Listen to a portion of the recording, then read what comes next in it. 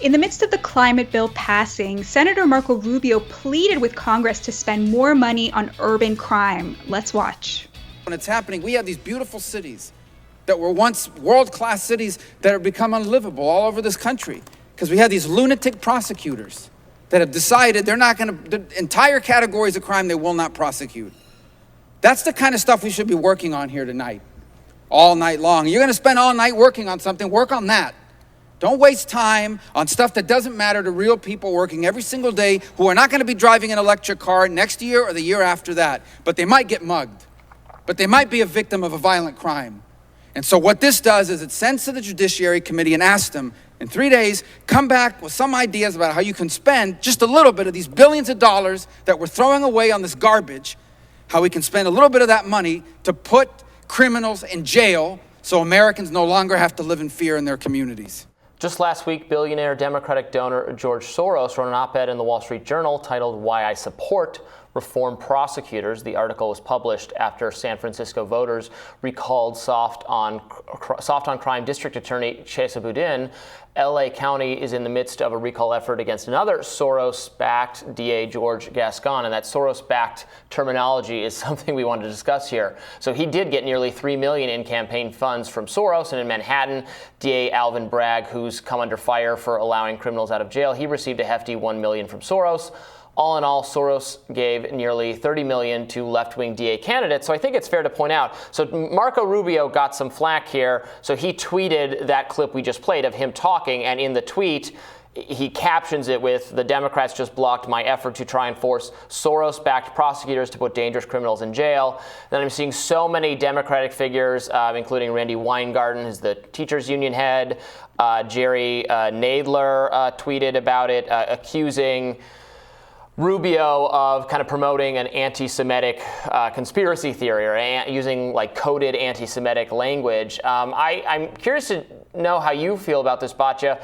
I don't think look, certainly there can be over attributing everything going on to kind of like Soros pulling the strings of everything that seems conspiratorial and is maybe being used in some cases in service of like anti-Jewish animus. But in this case, he is a major campaign contributor to these reform-minded prosecutors. And so it's not like it's literally true to say Soros-backed, the same way you would say, Koch-funded or Koch-backed for a variety of political causes and initiatives that I myself support and have no problem, being acknowledged as Koch-supported or Koch-backed. I know I guess it's intended as a smear by some people who say that, but if it's literally true, I don't really see what the problem is. It's not anti-Semitic in those cases. What do you think?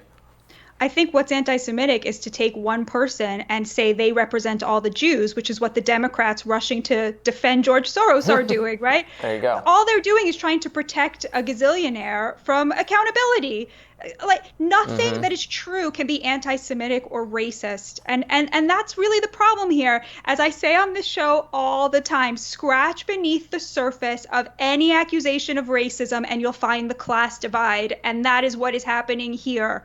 Working class Americans, especially Black working class Americans, are desperate for some kind of response to the crime that is incessant in their neighborhoods. Incessant. Yeah, we're in a crime rise right now. When that crime rise goes down, it will still be a total problem in poor Black neighborhoods that no one cares about. And I applaud Senator Rubio for standing up for this because mostly there's a silence on this. There's a taboo on both sides. The liberals won't talk about it because it implicates them, and the Republicans won't talk about it because, like, what do they care what's happening in liberal cities, right? Like, what do they care what's happening in places that they have no control over? So I really applaud him for standing up and saying, billions and billions of dollars, can we not spare some few millions to protect the lives of Black Americans? I don't understand why it's so hard to say that. And yet, if you point out that Blacks make 54% of the victims of murders, they'll call that racist, right? To even point that out is considered racist because they don't want to talk about the class divide that benefits them.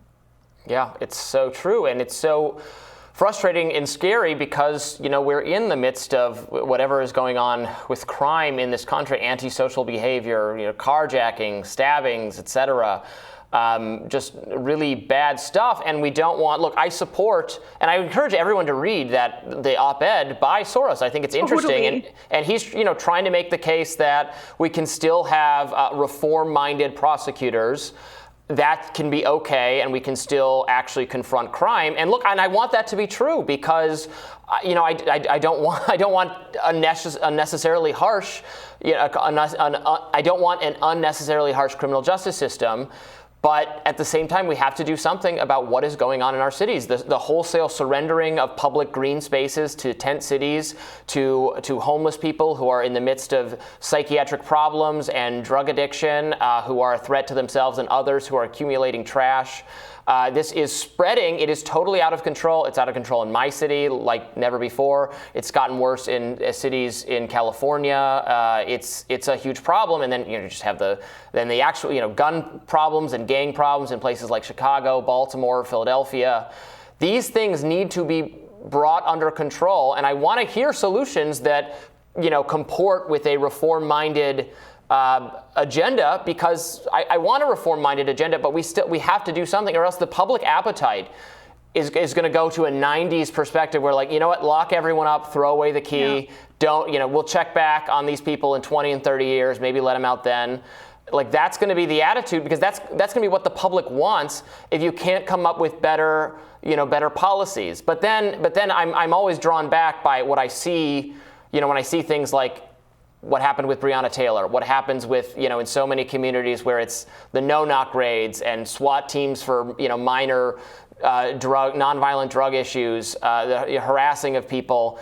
And if that's what more policing is, but it's not going to solving more murders, right? They say they need more resources, but then they don't put those resources to the things people are actually worried about. So that's the issue from my perspective. Absolutely. It's murders, it's rape, it's sexual assault, yes. It's regular assault, carjacking, spiking.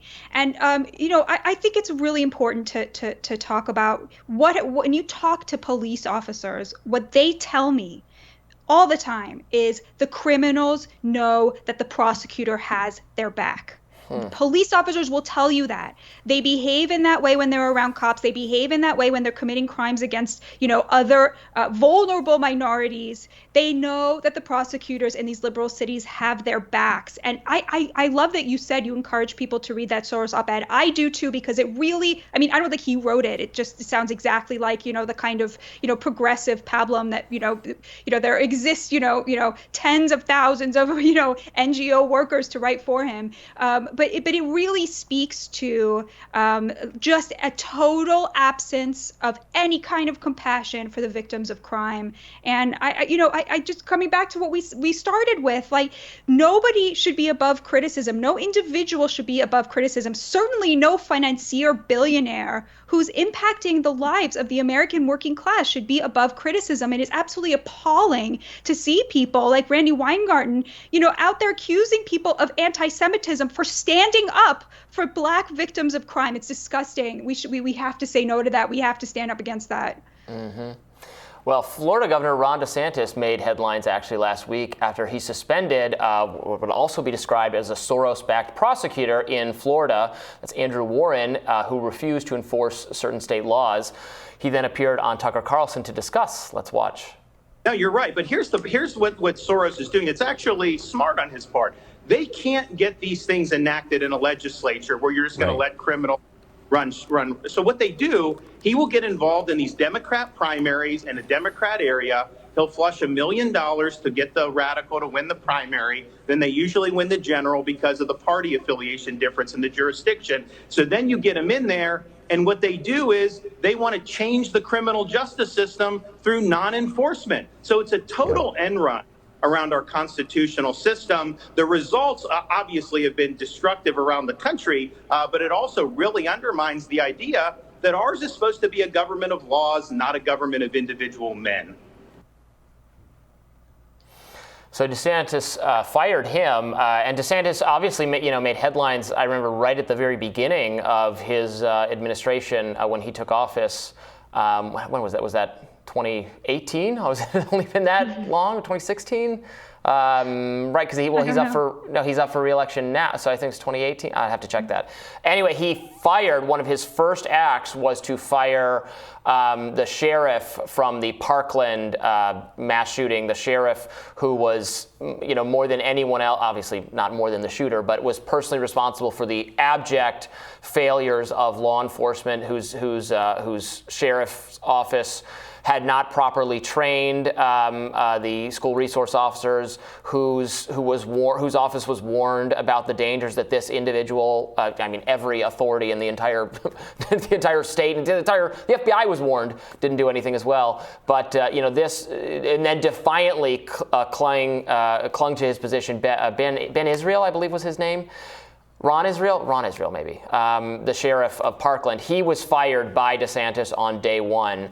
And so I certainly want more leeway to fire, state officials who screw up that and then are protected by the apparatus of the state, because it's so hard in our vast governmental bureaucracies to get rid of bad people. So I don't know as much about this specific case. I think it was it abortion laws he was going to refuse to enforce, something like that. I'm not sure that it's necessarily proper for the governor to get involved in every dispute at a more local level, but and it was trans issues as well. Yeah. So, but I take DeSantis's point in what he said in that clip with Tucker, that look, these are things where liberals are out of step, or progressives are out of step with what the people want, and they can't get these things passed democratically, so they're kind of using the entrenched power in a lot of cases of the state officials, bureaucrats, who are shielded actually from public accountability to do things that are not in the public's that the public doesn't agree with. So you can't. How can you say you're big? The progressives are trying to say we're the big democracy people, but these are not things that were democratically decided on. Yeah, no, I totally agree. And I would love to see the Republicans become the side of getting corporate money out of politics. That would be amazing, right? I want something that really stood out to me in this clip with DeSantis is the difference between this clip and President Trump's American Carnage speech. There's a real intelligence here to what DeSantis was saying, right? Looking at the forces at play here, how progressives are trying to enforce their will, its relationship to democracy, as opposed to someone like Trump, who just comes in and is like, they're shooting everybody, right? And they stole the election from me, right? All this sort of nonsense and this Sturm und Drang, I think that that's going to be very, very appealing to a lot of people on both sides of the political aisle. That sort of, in some ways the message is the same, right? Yes. There is danger, and we should be paying attention to it. But the messaging could not be more different, and that really stood out to me. And I'm interested to see where that goes. You're absolutely right. And the messaging about those two, about Trump and DeSantis, is that Trump tweets, DeSantis does, and there's some truth to that. And that's certainly what people on the right who prefer DeSantis, which is most people in positions of power and influence in conservative media, are saying about the two, because they vastly prefer that it'll be DeSantis. But we shall see. We will. Well, it was so great to be here with you, Robby, and all of you listeners. And tomorrow, Bree will be back. Yes, we'll see you there. Be sure to like, share, and subscribe so you never miss any of our content. And for those of you who like to listen while on the go, we're now available anywhere you listen to podcasts. Thanks for listening, and we'll see you soon.